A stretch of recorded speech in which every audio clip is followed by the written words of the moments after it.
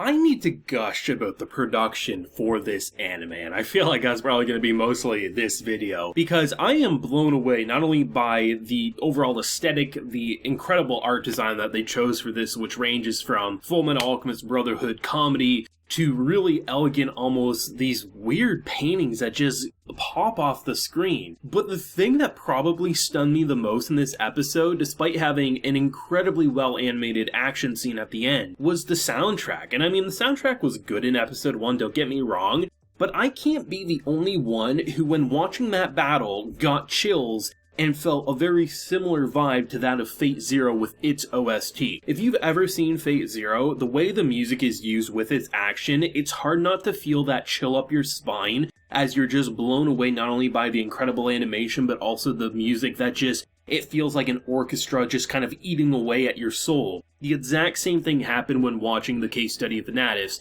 episode 2. The fight with the witch and our characters here, I don't know what the hell is going on with this production, but it is 10 out of 10. Visually, sound design, everything about it. The story and characters are great too, don't get me wrong, but I really haven't felt that same way other than in the Fate series with how it uses its soundtrack. So if this is a good indicator of what's to come with the battle music, this is probably going to be one of the best soundtracks of the year, and maybe even the best soundtrack of this season.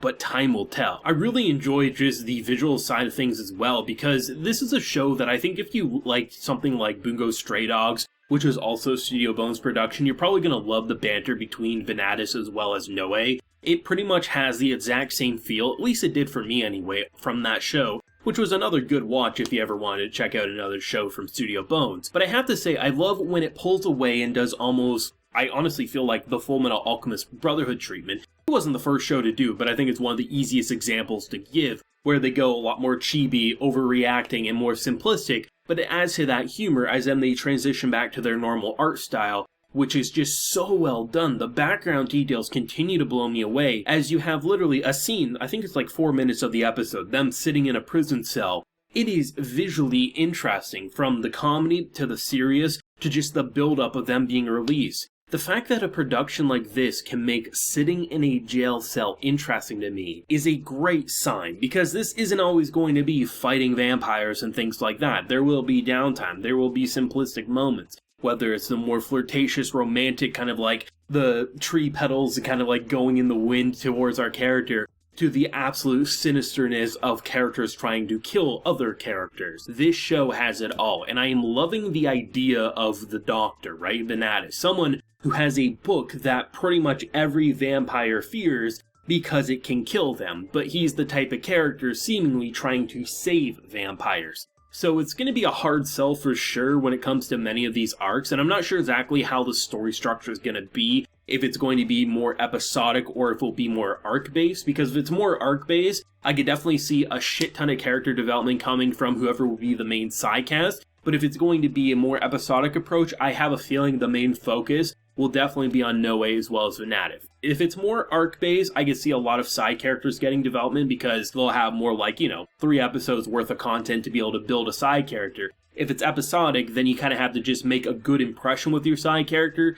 before we forget about them and move on to the next. Either way, I could see the formula working, and I think for an episode where, they're pretty down on their luck, I mean, they start in a jail cell, and then they end up having their book taken away, and pretty much everything is going absolute shit, as then you have the one chance of bringing a vampire in to prove that the book works and, you don't have to kill people, like the girl we saved last week, who pretty much is strung up and chained up and is on the executioner's doorstep, right? So they definitely have their work cut out for them, especially considering the opponent that they face in this episode apparently killed single-handedly over 1,000 vampires who turn against their own kind. When I saw that gauntlet pop up, I honestly thought she was just the type of character who fought with a coffin. I didn't realize it was like a briefcase. I thought she was just going to be that type of character who swings around like a giant slab of wood. Nope, inside is, the gridiron gauntlet that is pretty much, I guess probably the best comparison I can make is something like the Nightmares in Code Geass, where, some of the characters have basically like a laser claw that can just disintegrate everything around it.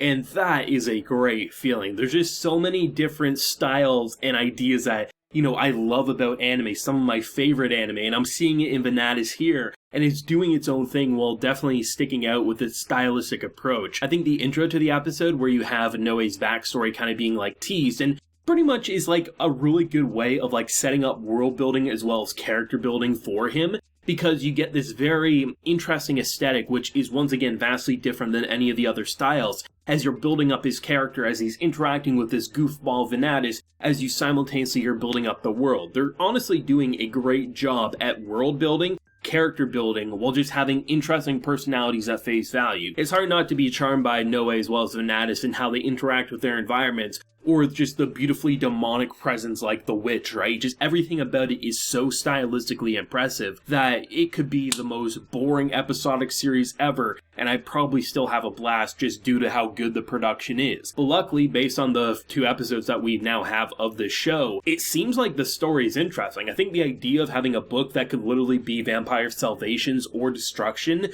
the fact that, most vampires wouldn't want to trust Vanitas, and I mean, if we look at the end of the episode of episode 1, the hint that maybe Vanitas could turn a little evil in terms of what he does. It's hard to say. There's mystery there, there's setup, while having one of the more fun and energetic shows of the season, despite being surrounded by chaos and destruction. And that kind of like standoff before literally the witch just turns the table, I thought was really well done. Really solid directing. You have this kid and then you have the witch and we have our 2 boys here, and they're just trying to negotiate their way around it, and of course it has to end in chaos. But I mean, I'm glad it did, because we got some of the coolest action I've seen all week. I think one of the more interesting things that will probably happen with this show is, without a doubt, Noe and Vanitas' character development, right? Because someone like Noe is, at this point seemingly, sees the benefit in working with Vanitas despite not liking him at all on a personal level. Vanitas clearly likes the guy on a personal level, unless it's clearly deception or something like that.